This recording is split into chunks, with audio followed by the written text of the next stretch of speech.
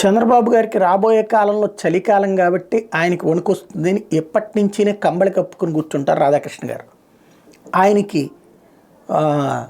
వర్తమానం భవిష్యత్తులో ఎట్లాంటి ప్రాబ్లం రాకుండా ముందుగానే చర్యలు తీసుకునేటువంటి పైలట్ సంరక్షకుడు ఆయన.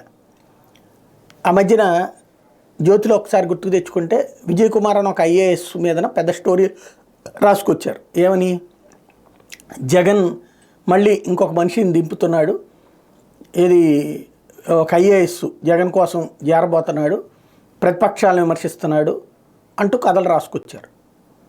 అతనే విజయ్ కుమార్ అనేటువంటి ఐఏఎస్ పాదయాత్ర చేస్తూ వెళ్ళారనమాట. దాన్ని పురస్కరించుకుని చేసుకొచ్చినటువంటి నెగిటివ్ ప్రచారం అనమాట.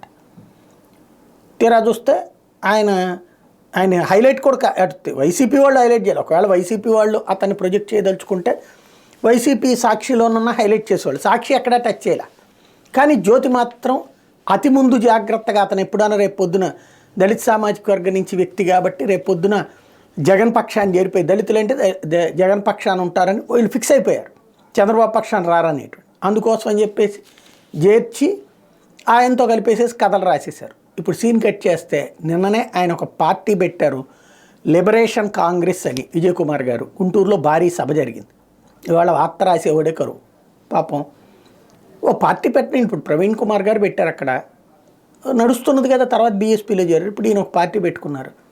ఇవాళ రాసేవాళ్ళు లేడు. ఇదివరకు ఈయనకి అక్రమ సంబంధం అంటగడతా వైసీపీతో రాసుకొచ్చినటువంటి జ్యోతి కూడా పట్టించుకోలేదు. ఇట్లున్నాయి ఆంధ్రప్రదేశ్ రాజకీయాలు.